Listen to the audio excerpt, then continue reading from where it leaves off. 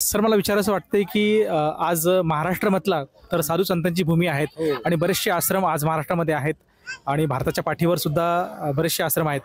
तर त्या आश्रमांच्या तुलनेत जे काही आज संत रामपालजी महाराजांचे हे ढवळपुरीचं जे सतलोक आश्रम आहेत त्यांची व्यवस्था आणि अन्य जे काही व्यवस्था याबद्दल आपली काही प्रतिक्रिया आहे?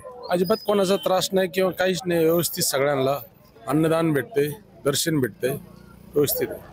या ठिकाणी आपण काही असं काही वेगळे काही आपल्याला म्हणजे काही वेगळी व्यवस्था अशी बघावयास मिळाली का? भंडारा त्या ठिकाणी आपल्याला मिळालाच आहे, त्याचप्रमाणे बाकी काही अशी व्यवस्था सांगता येईल का की वेगळी आहेत जी कुठल्याच आश्रमामध्ये आपण बघितली नाही अशी व्यवस्था या ठिकाणी आपल्याला अशी बघावयास मिळेल? पादत्राणे ठेवण्याची जी सगळी व्यवस्था म्हणजे सगळी व्यवस्था तुम्ही केलेली भाऊ.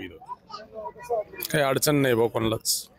या ठिकाणी आपण जी काही प्रदर्शनी आहेत ती प्रदर्शनीची आपण बघितली का? हो बघितली मी. त्यातून आपल्याला काही बोध झाला का? आहे ना, बघ घेण्याचं जोगाच आहे ना तो. प्रदर्शनीमध्ये काय म्हणजे काय दर्शवले गेलेत? नाही ना, आता सगळं संतांनी तिचे सांगितले आपल्याला महाराजांनी, रामपालजी बाबांनी, तिची ना आता त्याच. धन्यवाद. चालते.